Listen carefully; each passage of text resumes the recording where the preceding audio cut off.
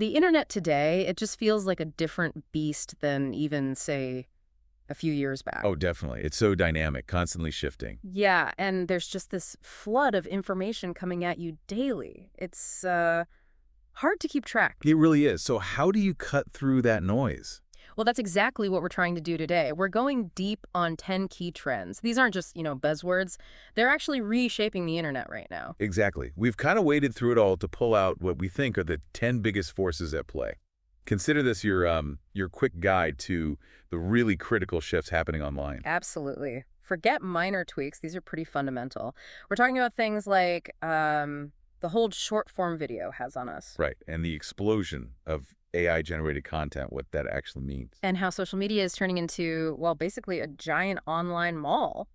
Social commerce. And the surprising rise of really specific online niche communities. We'll also dig into the tech behind it, all the stuff keeping it running and hopefully secure.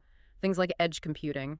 Which is changing where data actually gets processed. Yeah, and the whole cybersecurity landscape, which is, always evolving, isn't it? Constantly. And then the big drivers, how businesses are changing with digital transformation. The growing smarts of AI. The cloud continuing its revolution. And blockchain. Its potential impact way beyond just finance. So, 10 trends. All linked up, all really crucial for understanding where the web is going. And we won't just list them off. We want to explore why they matter. I mean, think about this. Did you know the average person spends more time watching short-form video each day than, eating meals? Wow, really? Yeah. Or that AI can now create images so realistic you often can't tell them apart from actual photos. Okay, that's wild. Let's start unpacking this, maybe with the one that feels most obvious right now. Short-form video, TikTok, YouTube Shorts, Instagram Reels, they just keep growing. The popularity is, undeniable. And what's really interesting is how they've nailed this snackable content idea. Snackable content. Or this micro-moment revolution. Our attention spans, or maybe just how we choose to focus, seem geared towards these super short, engaging video bursts. They grab you in, the first second. Exactly. Designed for So it. it's almost a reflex now, isn't it? That endless swipe up. And they all do short video, but they feel different. TikTok, Shorts, Reels. Yeah. They have their own, flavor. They definitely do. Each has its own vibe, its own algorithm magic, its own main audience. TikTok really pioneered that discovery algorithm. It's incredibly good at finding stuff you'll watch. Right. YouTube Shorts taps into YouTube's massive existing user base and library. Makes sense. And Reels leverages Instagram's visual focus and, your social connections there. So what's the secret sauce? Why are they so addictive? Keeps us scrolling. Is it just random chance what comes next? Yeah. Or the algorithm knowing us too well? It's probably a mix of things. The algorithms are scarily good at learning what you like and just feeding you more of it nonstop. Plus, the short format means, almost no commitment. You watch one, then another. It doesn't feel like a big-time investment. Yeah, just one more. Exactly. And there's definitely a bit of a dopamine hit with each new video that catches your eye. And it's not just wasting time, is it? I mean, think how fast a sound or a dance challenge spreads. It actually shapes culture, music, fashion. Absolutely. It's become this incredibly powerful engine for cultural transmission. Trends pop up and spread at lightning speed. Yeah. And it's also, kind of democratized content creation. Yeah. Anyone with a phone can potentially reach a huge audience. So if you're a business trying to get noticed, how do you even play in this world? Short attention spans, platform-specific vibes? That's the challenge. Brands have to learn the language, create really concise, visually interesting stuff that feels native to TikTok or Reels or Shorts. Right. Often it's less about super polished ads and more about something raw, relatable, maybe entertaining. Authenticity matters. Okay, let's switch gears. Something equally huge, AI-generated content. It feels like every day there's a new tool popping up that writes text or creates images from a prompt. It's moving incredibly fast. Did you hear about that AI-generated artwork that actually won a competition? Caused quite a stir. I did see that. It's wild. And what's really key here is this idea of AI's generative capabilities. These aren't just simple programs, they're complex models. Right. Trained on just massive amounts of data. Exactly. And that lets them create genuinely new stuff, images, text, audio, even video clips now. And there are different types of these AI models, right? Like gens and transformers. Yeah, those are two big ones. Generative adversarial networks, GNs, kind of work like two AIs competing. One makes fakes, the other tries to spot them. Huh. So they push each other to get better. Basically, yeah. For images especially, transformer models are really good at understanding context in sequences like language, so they excel at writing text that flows naturally. But how does an AI learn to be creative? It doesn't have feelings or life experiences. That's the million-dollar question, isn't it? Yeah. It learns by finding patterns. Millions and millions of patterns in the data it's trained on. Okay. So it sees millions of pictures of cats, learns what catness looks like statistically, and then it can generate a new image that fits those statistical patterns. So it's like super sophisticated pattern matching and recombination. In a way, yes. It's data-driven synthesis. Yeah. But the results are getting so good that we often perceive them as creative. It definitely blurs the lines. Yeah, it raises big questions about what creativity even is, doesn't it? Is it just recombining existing things in novel ways or something more? It really does. And right now, a lot of AI output still reflects the patterns and sometimes the biases of its training data. Right. But the tech is improving so fast, that line between imitation and something truly novel is getting fuzzier all the time. And it's moving beyond just being a cool trick, right? We're seeing actual uses now, like companies using AI to draft marketing emails or something. Oh, yeah. Yeah. It's becoming a practical tool, generating initial design ideas, drafting routine emails or reports, even helping scientists form new hypotheses based on data patterns. It's speeding things up across lots of industries. Okay, third trend. How our social feeds are basically turning into shop windows. Yeah. Social commerce. Seems like you can buy almost anything without leaving Instagram or TikTok now. It's a huge trend. Trillions in sales projected soon, apparently. Wow. It's this integration of, well, hanging out online and shopping, making it seamless, embedding it right into our social lives. What's pushing this? Why merge social and shopping? Well, convenience is a big one. See it, like it, buy it right there, no clicking off to another site. Plus, the power of influence. Seeing people you follow, maybe even friends, recommend something. That's powerful. More trustworthy than a random ad, maybe? Potentially, yeah. Yeah. And the platforms themselves are building the tools, integrated shops, shoppable live streams. Right, I've seen those live streams where people demo products. Exactly. Direct purchase buttons on posts, Facebook, Instagram, TikTok. They're all investing heavily in this. And for us, the users, what's the appeal beyond just being easy? I think trust plays a role, like you said. Yeah. And the social discovery part. Finding things through people you connect with, it feels more organic sometimes. There can be a community feel around it, too. And for businesses, it must be a golden opportunity. Reaching people where they already spend hours scrolling. Absolutely. It's direct access, more personalized engagement, leveraging that social proof, and just shortening the path from seeing something cool to actually buying it. You know, it's funny how the internet feels massive, but also really specific sometimes. Which brings us to niche communities, people finding their tribes online in really focused groups. Yeah, it's like the big public squares are fragmenting a bit. Instead of everyone being in one or two giant places, you see these smaller, super dedicated groups popping up everywhere. And some are really niche, right? Like collecting obscure vintage toys or following some tiny music subgenre. Totally. The variety is incredible. From super obscure hobbies to passionate groups around more common interests, but maybe a specific aspect of that interest. Like a forum just for owners of a specific rare dog breed or something. Exactly. Or a Discord server for people learning, I don't know, Klingon. Or a Reddit group for fans of a particular sci-fi author. It caters to everything. So what need do these fill? Why are people drawn to these smaller ponds? I think it's connection, mostly. Finding people who really get your specific passion. Validation, too. Yeah, validation. And access to deep, specialized knowledge or discussion you wouldn't find on, say, mainstream Facebook. And they live on all sorts of platforms, right? Not just the big names. Definitely not. Discord is huge for this. Reddit, obviously, with its subreddits. Dedicated forums that have been around forever, even smaller focused social networks, they all offer different structures. And these groups can build really strong cultures, can't they? Inside jokes, shared history. Oh, absolutely. Yeah. That shared focus off of the smaller size, it fosters a real sense of belonging. You can build quite deep relationships in those spaces. Okay, let's pivot to the tech side a bit. Something that makes everything faster. Edge computing. Sounds technical, but it affects us daily, right? Like websites loading quicker. It plays a big role, yeah. Basically, edge computing is about moving processing power and data storage closer to where it's actually being used. So not all the way back to some huge distant data center. Exactly. Think of it like setting up mini processing hubs geographically closer to you and your devices. Proximity is the key word. And the main benefit is speed. Primarily, yes. Lower latency. Latency is that delay, the time it takes for data to travel back and forth. Processing closer reduces that delay significantly. Which matters for? Things that need instant responses. Yeah. Self-driving cars making split-second decisions based on sensor data. Right. Industrial robots needing immediate feedback. Even things like smooth augmented reality experiences. Low latency is crucial. Got it.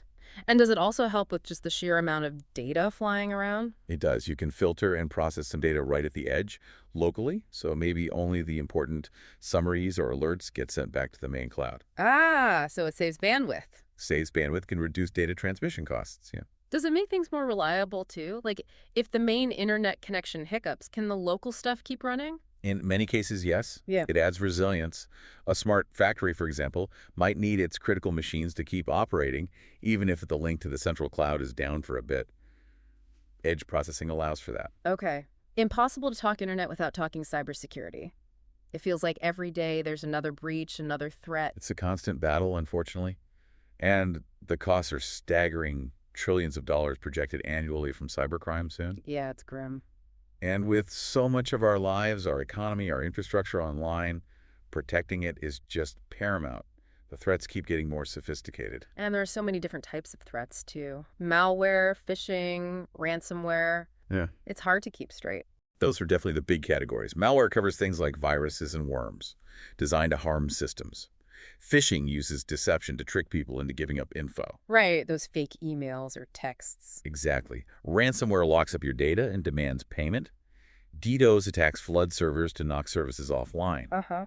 Then you have things like APTs, advanced persistent threats, which are usually sophisticated, long-term attacks often by state actors or organized crime. Yeah. And you can't forget insider threats either. And the fact that everything's connected, that just creates more openings, right? Like smart thermostats or something being a weak link. That's a huge part of the problem. The Internet of Things, IoT devices, often have weaker security. Software always has potential vulnerabilities. Human error is a massive factor. Clicking the wrong link. Clicking the wrong link, weak passwords. Then there's supply chain attacks, where attackers compromise a trusted vendor to get into their customer systems. And just old, outdated legacy systems that are hard to secure. Lots of vulnerabilities. So what can we actually do? Individuals, businesses, it feels overwhelming. It can feel that way, but the human element is critical. Yeah. Education and awareness training are number one. Teaching people how to spot phishing, why strong passwords matter, the importance of multi-factor authentication. MFA, right, that extra code. That extra code, exactly. Keeping software updated is huge, too, as updates often patch security holes. And just being generally careful about data privacy. Basic digital hygiene goes a long way. But it's also a tech fight, isn't it? Like an arms race. It absolutely is. Defenses are constantly evolving, too. We're seeing AI used more for detecting threats faster. Next-gen firewalls are smarter. Tools like EDR and SIEM help companies monitor everything. EDR. Endpoint detection and response watching computers and devices for suspicious activity. Security information and event management collecting logs from everywhere to spot patterns. Plus, threat intelligence platforms for sharing info on new attacks. Even blockchain is being looked at for some security uses. And governments are stepping in more too, right? With regulations. Yes, definitely. Data breach notification laws, forcing companies to tell you if your data was stolen. Industry rules like HIPAA for healthcare, PCI DSS for payments, and more international cooperation to track down cybercriminals. The regulatory landscape is definitely tightening. Okay, let's shift to how businesses themselves are changing. Digital transformation. We hear that phrase a lot. What does it actually mean? Fundamentally, it's about businesses rethinking how they work, how they deliver value, how they compete, using digital tech strategically across the board. So it's not just like getting a new website? No, it's much deeper. It's about changing processes, culture, strategy. It could mean moving to the cloud for flexibility, using data analytics way more to make decisions, automating tasks, finding new ways to interact with customers online. It touches pretty much every part of the business. And we talked about AI for content, but AI's role is way bigger in business transformation too, right? Oh, massively. We mentioned AI chatbots for customer service. Handling tons of queries now. But it's also used for things like optimizing supply chains, detecting fraudulent transactions, personalizing marketing, even helping doctors analyze medical images. Its applications are incredibly broad. And a lot of this digital transformation, and frankly, most of the trends we've discussed, they rely heavily on cloud computing, don't they? Absolutely. The cloud is sort of the foundational engine for so much of this. And it's not standing still either. The cloud itself is evolving. How so? What's changing in the cloud world? Well, we're seeing it mature. More companies are using hybrid cloud, mixing their own servers with public cloud services. Or multi-cloud using different providers like AWS, Azure, Google Cloud for different things. Right, not putting all eggs in one basket. Exactly. And more specialized clouds are emerging. Clouds designed specifically for finance or healthcare with their specific compliance needs met. Even sovereign clouds to meet national data laws. And what about serverless? That sounds like a big shift. Function as a service. It is.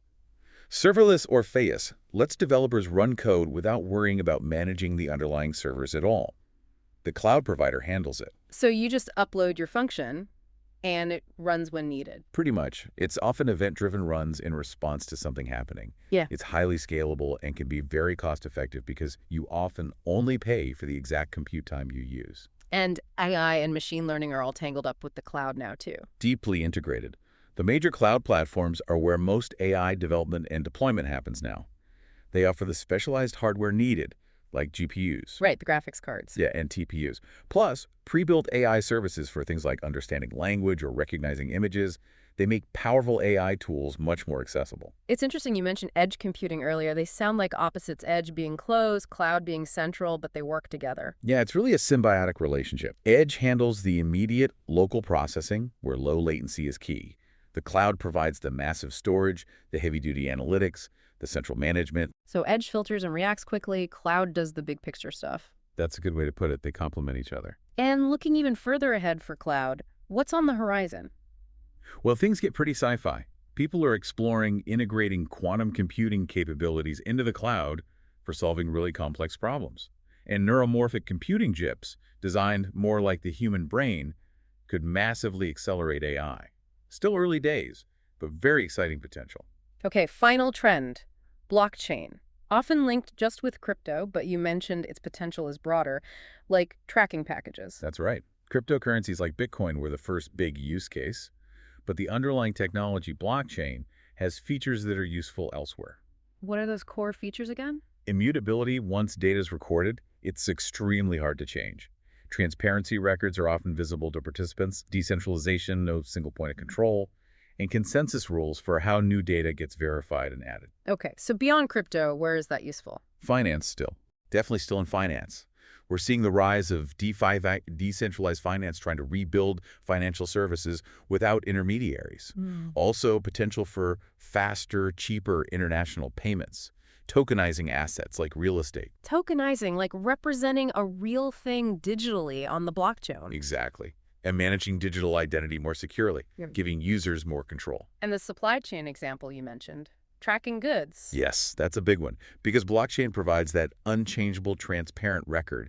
It's great for tracking goods from source to consumer, verifying authenticity, fighting counterfeits, improving efficiency. Makes sense. And identity stuff, too, giving us more control over our own data. That's a major goal. Concepts like self-sovereign identity, SSI, use blockchain to let individuals manage their own credentials securely without relying on big companies or governments as intermediaries. It can also help with secure data sharing. Fascinating, and you could see uses in healthcare records, maybe voting, intellectual property. People are exploring all of those. Pilot projects are happening, using blockchain's trust and transparency features to solve problems in those areas. So looking back at all 10 of these, wow. It's clear they're not separate things, are they? They all kind of weave together. That's maybe the most important point. They're deeply interconnected. Think about it. Short-form video needs the cloud to store and deliver all that content. Right. And it needs strong cybersecurity to protect users and the platforms. AI can power better recommendations on those video platforms or create content for them. And AI can drive social commerce by personalizing offers. Exactly. And edge computing helps deliver those low-latency experiences, whether it's for video streaming or real-time interactions in a niche community's game server. They all feed into each other. And the common thread running through almost all of them seems to be data. Data is the fuel. Absolutely. Training AI models, personalizing experiences, optimizing digital transformation efforts, securing networks, it all relies on collecting, processing, and analyzing vast amounts of data. And a lot of these trends feel very focused on the user, right? Making Mhm. things more personal, more convenient, more engaging for us. That user centricity is definitely a major driver.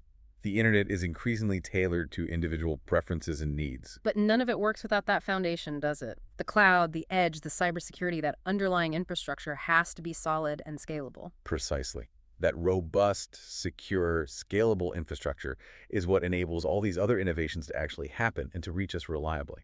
So, wrapping this up, it's clear these 10 trends aren't just blips on the radar. They are major, ongoing shifts shaping our digital world. That's right. They bring disruptions, absolutely, but also huge opportunities for new innovations, for better connections, for growth. And it's just so crucial to see them holistically, isn't it? Not as 10 separate items, but as this interconnected web of forces driving the internet's evolution. Understanding how they interact, their combined weight, Mm. that's key to navigating what's coming next, whether you're just using the internet, running a business, or just curious about where things are headed. It really makes you pause and think about the sheer speed of all this change. And maybe consider, which of these powerful digital forces might reshape your world the most in the years ahead? How do you prepare for that? Definitely something to mull over.